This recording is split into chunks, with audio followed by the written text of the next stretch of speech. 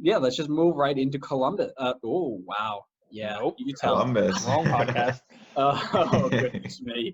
Let's move into Colorado, shall we, and give it to Colorado's biggest fan. Go ahead, Connor. Hey. Go ahead, Adam. What do you got? I'm offended.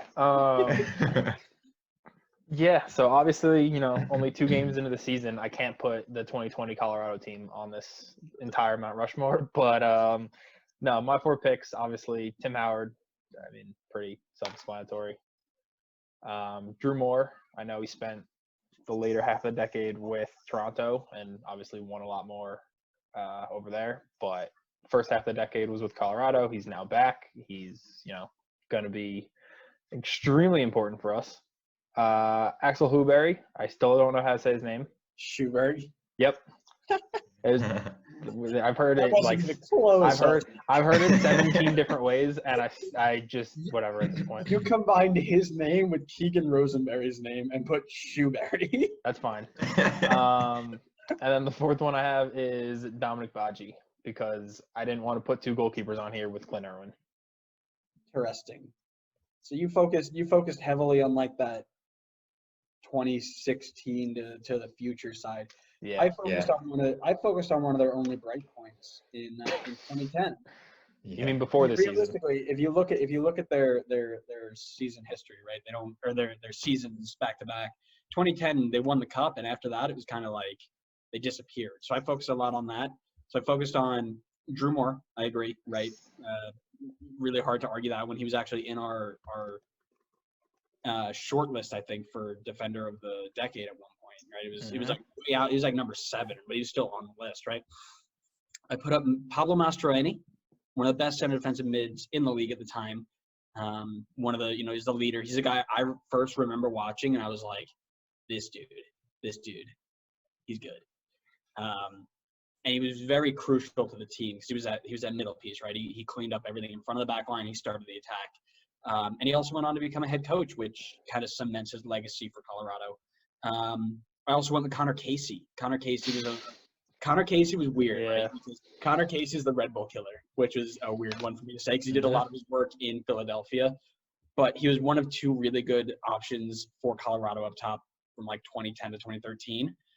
He was just one of those – he reminds me of Luke Rogers. Remember Luke Rogers? Yeah. One of those guys who's just like, I'm going to run through a brick wall. He's always in the right spot, always put it away. Really good in terms of just finding the back of the net. And also went on to be a coach for a little bit for Colorado. So kind of both of them there. And then I finished with Omar Cummings. Omar Cummings in the title-winning season went 14-4. Second team goal-scoring leader, like number 2, in the entire history. And he always popped up when you needed him. So they're both iffy, and I'm open to like changing them. But to me, I focus on that early 2010 to 2013 range because that kind of was the best time up until now that they were actually relevant and good. I did the same thing, pretty similar. I didn't pick the exact same people, but I also focused more on the early part of the decade because of that 2010 MLS Cup win. And obviously I have Drew Moore in there. He's been a long time. He's second all-time in appearances for them. He served there for so many years. He's got an MLS Cup. He's a one-time All-Star. I also have Omar Cummings in there. I was deciding between him and Connor Casey because both of them are certainly legends for the club over the entire career. But if we're focusing just on the 2010s, both of them were kind of towards the end of their time with Colorado at the beginning of the decade. And the reason I went with Omar Cummings over Connor Casey was just because he had more goal contributions from 2010 to 2012. Okay. I went with Tim Howard as well, just because I would say the second brightest point for Colorado during the decade was 2016 when I think they finished – I don't remember if they finished first or second in the Western Conference, but I know they got a bye into the playoffs.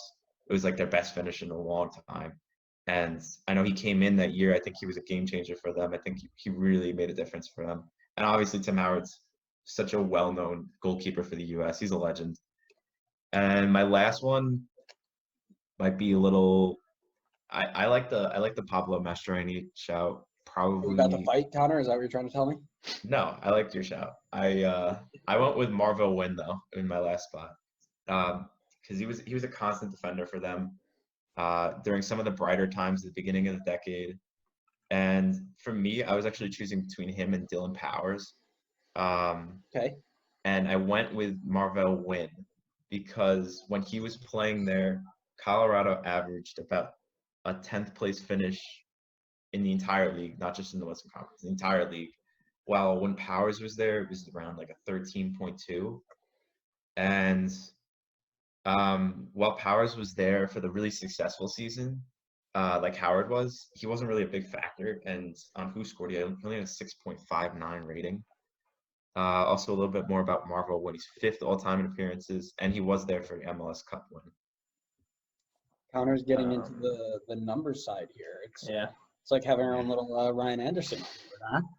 Yeah. Well, I'm trying to go less off of picks that I know because that's what got me in trouble last episode because I've only been following for like 3 years, so it's hard for me to choose a Patrice Bernier when I've never watched him play, and I only have a small thing of stats to go off of. Marvel Wynn's an interesting shout, and I like your reasoning behind it.